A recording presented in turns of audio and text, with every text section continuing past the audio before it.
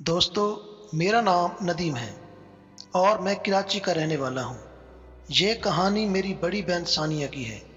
ایک دن میں نے اسے ہل ٹاپ ہوٹل سے ایک 45 سالہ امیر آدمی کے ساتھ نکلتے دیکھ لیا اور میں جانتا تھا کہ وہ ہوٹل کس کام کے لیے بدنام تھا۔ وہاں پر تو میں کچھ نہیں بولا، لیکن گھر آ کر میں نے اس کو پکڑ لیا اور اس سے پوچھا تو اس نے جو داستان سنائی وہ آپ سب کے لیے پیش کر رہا ہوں۔ ثانیہ کی آپ بیتی، ثانیہ کی زبانی۔ یہ تب کی بات ہے جب پاپا کا ٹرانسفر سکھر ہو گیا اور ممی بھی ان کے ساتھ ہی چلی گئی تھی، اور میرے گریجویشن کا سیکنڈ ایئر ہونے کی وجہ سے مجھے خالہ کے گھر چھوڑ دیا گیا تھا تاکہ میں گریجویشن کراچی یونیورسٹی سے ہی کمپلیٹ کر لوں۔ تب ہمارے کزن عمران نے مجھ سے کافی فلرٹ کیا اور مجھے اپنے پیار کے جال میں پھنسا لیا، اور میں بھی اس کو پسند کرنے لگی تھی۔ تب عمران نے میرے ساتھ اکیلے میں ٹائم گزارنے کی کافی کوششیں کی، اور کچھ مہینے تو یوں ہی نکل گئے اور میں اس کو شادی کے بارے میں کہتی رہی اور اسے اپنے والدین سے بات کرنے کے لیے کہا، لیکن عمران ہر بار کوئی نہ کوئی بہانہ کر کے ٹالتا رہا۔ کبھی بولتا ہم دونوں ابھی بہت کم عمر ہیں، کبھی کہتا تم پڑھائی مکمل کر لو، کبھی کہتا میں اپنی امی ابو کو منا رہا ہوں، کبھی کچھ تو کبھی کچھ، اور میں اپنی پڑھائی نہیں چھوڑنا چاہتی تھی، اس لیے چپ کر جاتی۔ لیکن آخر کار ایک دن وہ اپنے مقصد میں کامیاب ہو ہی گیا اور اپنی خواہش کے مطابق مجھے استعمال کر ہی لیا۔ لیکن اس میں سارا قصور اس کا نہیں، بلکہ دراصل خود بھی اس کی محبت میں اتنا مجبور ہو چکی تھی کہ صحیح اور غلط کچھ بھی نہ دیکھ سکی۔ پھر ایک بار اپنا آپ اس کو سونپنے کے بعد جب اس کا جی چاہا تو مجھ سے اپنا مطلب نکالتا رہا، لیکن گھر پر کسی نہ کسی کے موجود ہونے کی وجہ سے ہم لوگ ایک مہینے سے اکیلے میں نہیں مل پا رہے تھے۔ آخر ایک روز اس نے مجھ سے کہا، عمران، ثانیہ، یہاں ہم لوگ کھل کے پیار نہیں کر سکتے کیونکہ ہمیں کسی نہ کسی کے آنے کا ڈر رہتا ہے۔ میں نے ایک جگہ کا انتظام کر کے رکھا ہے جہاں کوئی نہیں آئے گا، تم کل دوپہر میں تیار ہو کے بس اسٹاپ پر ملنا، میں تم کو وہاں سے پک کر کے اس جگہ لے جاؤں گا۔ ثانیہ، لیکن کہاں عمران؟ باہر کوئی دیکھ لے گا تو اچھا نہیں ہے، جو بھی ہے جیسا بھی ہے یہی ٹھیک ہے۔ عمران، ارے ایک بار تو تم کھلی ہوا میں پیار کر کے تو دیکھو، بہت مزہ آئے گا۔ مجھے ڈر تو لگ رہا تھا، لیکن عمران کے بے حد اصرار پر اور اپنے دل کے ہاتھوں مجبور ہو کر بادل نخواستہ اگلے روز میں تیار ہو کر عمران کے بتائے ہوئے ٹائم پر اس بس اسٹاپ پر پہنچ گئی۔ وہاں عمران پہلے سے موجود تھا۔ میں اس کی کار میں جا کر چپ چاپ بیٹھ گئی۔ وہ مجھے کار میں بٹھا کر کار شہر سے باہر لے جانے لگا۔ میں نے اس سے پوچھا کہ ہم کہاں جا رہے ہیں، لیکن اس نے مجھے خاموش کروا دیا کہ دیکھتی جاؤ، ایسی محفوظ اور پرسکون جگہ کہ ہم اطمینان سے رہیں گے۔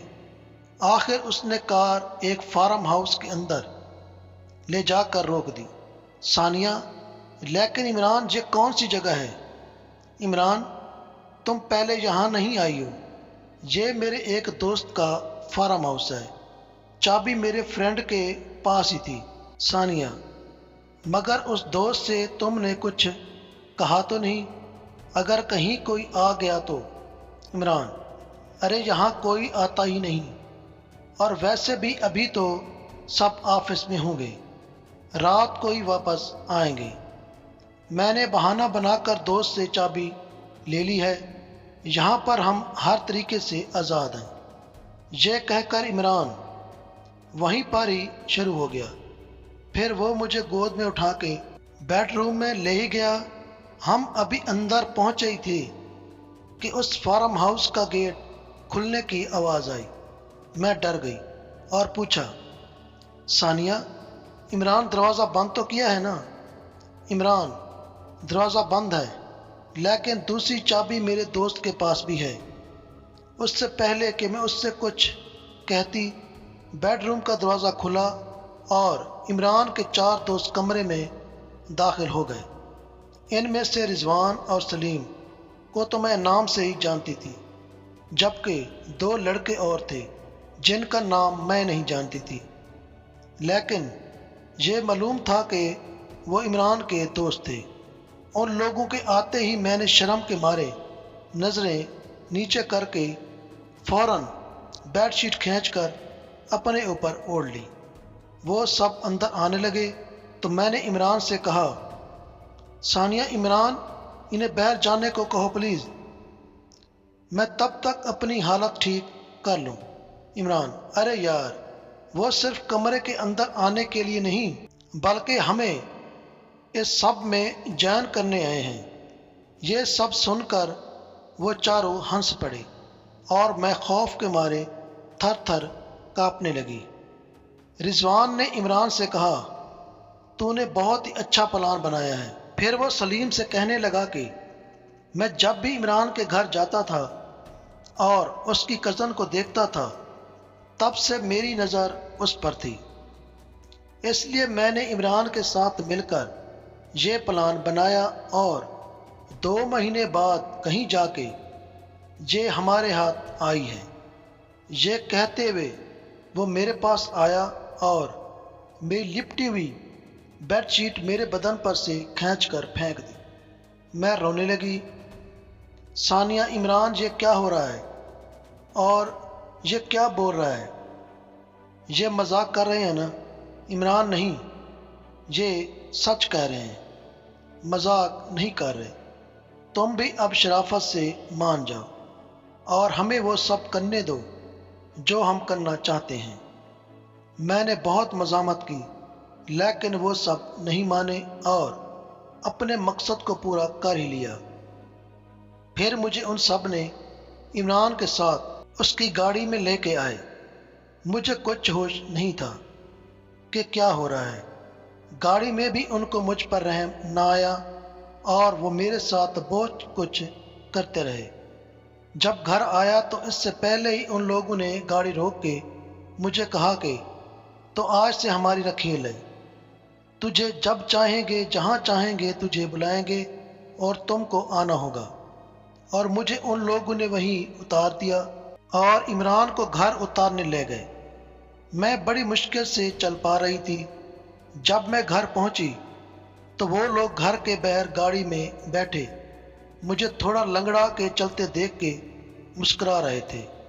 اس دن کے بعد جب جی میں آتا ان میں سے کوئی بھی لڑکا آ کے مجھے کبھی بھی اور کہیں بھی لے جاتا اور اپنا مطلب نکال کر چھوڑ جاتا، اور سب سے زیادہ مجھے رضوان لے کر جاتا، اور بات صرف رضوان یا ان لڑکوں تک نہیں رہی، اب وہ سب مجھے اپنی پروموشن اور باس لوگوں کو خوش کرنے کے لیے بھی استعمال کرنے لگے تھے۔ پھر میں نے سوچا کہ یہ لوگ میرا اتنا استعمال کر رہے ہیں اور مجھ کو کچھ بھی فائدہ نہیں ہو رہا، اور یہ لوگ میری کمائی پر عیاشیاں کر رہے ہیں، اور رہی بات عزت کی تو وہ تو میرے پاس اب بالکل نہیں رہی۔ پھر ایک بار جب رضوان مجھے اپنے باس کو خوش کرنے کے لیے لے گیا تو میں نے رضوان کے باس سے کہا، اگر اس کو اس کی کسی پارٹی کو بھی خوش کرنا ہوگا تو میں کروں گی، بس مجھ کو یہ سب کرنے کی قیمت چاہیے، اور رضوان اس کے ساتھیوں سے کچھ تحفظ چاہیے۔ اس کا باس مجھ جیسی خوبصورت لڑکی کو دیکھ کر بہت خوش ہوا کیونکہ وہ شخص بہت پاورفل تھا۔ اب تم کو رضوان اور اس کے معمولی دوستوں سے ڈرنے کی کوئی ضرورت نہیں ہے، کیونکہ اب تم میری گینگ میں شامل ہو رہی ہو۔ اور پھر اس نے بہت بڑے بڑے آدمی کو خوش کرنے کے لیے میرا استعمال کیا اور مجھے بھی اس کام کے اچھے خاصے پیسے دلاتا رہا، اور پچھلے 2 سالوں میں میں نے اتنا پیسہ کمایا کہ اسی شہر میں ایک فلیٹ لے لیا۔ تم نے مجھے جس آدمی کے ساتھ دیکھا تھا وہ بھی میرا کلائنٹ ہے۔ پیارے سامعین، ایسی کئی کہانیاں ہمارے آج کے اس معاشرے کا حصہ بن چکی ہیں۔ ہمارا مقصد کسی کی ذات کو تنقید کا نشانہ بنانا نہیں ہے، لیکن ہم ان والدین سے گزارش ضرور کرتے ہیں جو اپنے کاروباری اور لبرل زندگی کی وجہ سے اپنی اولاد اور خاص طور پر جوان بچیوں کو ٹائم اور توجہ نہیں دیتے اور ان کو نوکروں اور رشتہ داروں کے حوالے کر دیتے ہیں اور خود ان سے اتنا بے خبر ہو جاتے ہیں، ان کو یہ بھی اندازہ نہیں ہوتا کہ ان کی اولاد کن حالات میں زندگی بسر کر رہی ہوتی ہے، کیونکہ آج کل کے معاشرے میں رشتوں کے پردے میں چھپے وہ بھیڑیے نما انسان بھی موجود ہوتے ہیں جو ثانیہ جیسی کئی لڑکیوں کو اپنی ہوش کا نشانہ بنانے کا کوئی موقع نہیں چھوڑتے، اور پھر ثانیہ جیسی معصوم لڑکیوں کے پاس صرف دو ہی راستے ہوتے ہیں، ایک وہ راستہ جو ثانیہ نے چنا، جو ایک عام اور عزت دار لڑکی کو ایک طویف بنا دیتا ہے، اور دوسرا راستہ وہ ہے جس پر چل کر کئی ثانیہ جیسی لڑکیاں موت کو گلے لگا لیتی ہیں۔ اگر یہ سٹوری پسند آئی ہو تو لائک ضرور کر دیں۔ شکریہ۔